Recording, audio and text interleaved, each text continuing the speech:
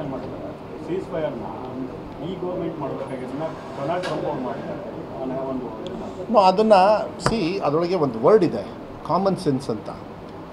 ಅದು ಇಡೀ ದೇಶಕ್ಕೆ ಬರ್ತದೆ. ಅದಕ್ಕೆ ನಾನು ಹೇಳಿದ್ದಲ್ಲ, ಪೊಲಿಟಿಕಲ್ ಸ್ಟೇಟ್ಮೆಂಟ್ ಬೇಡ, ಕೇಂದ್ರದವರು ಇದಕ್ಕೆ ತಕ್ಕವಾಗಿ ಉತ್ತರ ಕೊಡ್ತಾರೆ ಅಂಥೇಳಿ ಭಾವಿಸ್ತೀನಿ.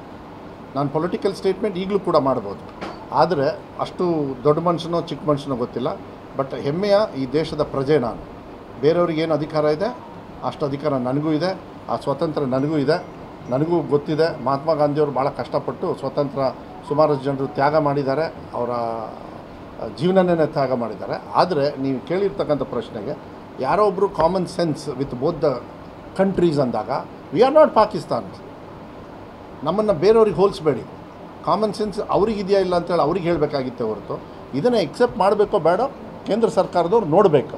ಅದನ್ನ ನಾನು ಪೊಲಿಟಿಕಲ್ ಸ್ಟೇಟ್ಮೆಂಟ್ ಮಾಡಿ ಅಭಿ ಪಾರ್ಟ್ನರ್ಶಿಪ್ ಫರ್ಮ್ ಸ್ಟಾರ್ಟ್ ಮಾಡಬೇಕಾ ಅಥವಾ ಪ್ರೈವೇಟ್ ಲಿಮಿಟೆಡ್ ಕಂಪನಿ ಸ್ಟಾರ್ಟ್ ಮಾಡಬೇಕಾ? ಕನ್ಫ್ಯೂಷನ್ ಯಾಕೆ? ಒಬ್ಬ ಎಕ್ಸ್ಪರ್ಟ್ ಜೊತೆ ಮಾತಾಡು. ಎಕ್ಸ್ಪರ್ಟಾ? ಎಲ್ಲಿ? ಬಾಸ್ ವಾಲಾ. Be the boss. ಅಲ್ಲ, we have to value our self. Common sense ಅಂದಾಗ ನಿಮಗೆ ಸೇರಿ, ನನ್ನನ್ನು ಸೇರಿ, ಮೋಸ್ಟ್ಲಿ ಪ್ರಧಾನಮಂತ್ರಿಗಳನ್ನೂ ಸೇರಿಸಿ ಹೇಳಿರ್ತಾರೆ ಹುಷಾರಾಗಿರಬೇಕು. ಬೇಡ, ನಾವು we don't aggregate within our self. We have a border issue, will not fight in side.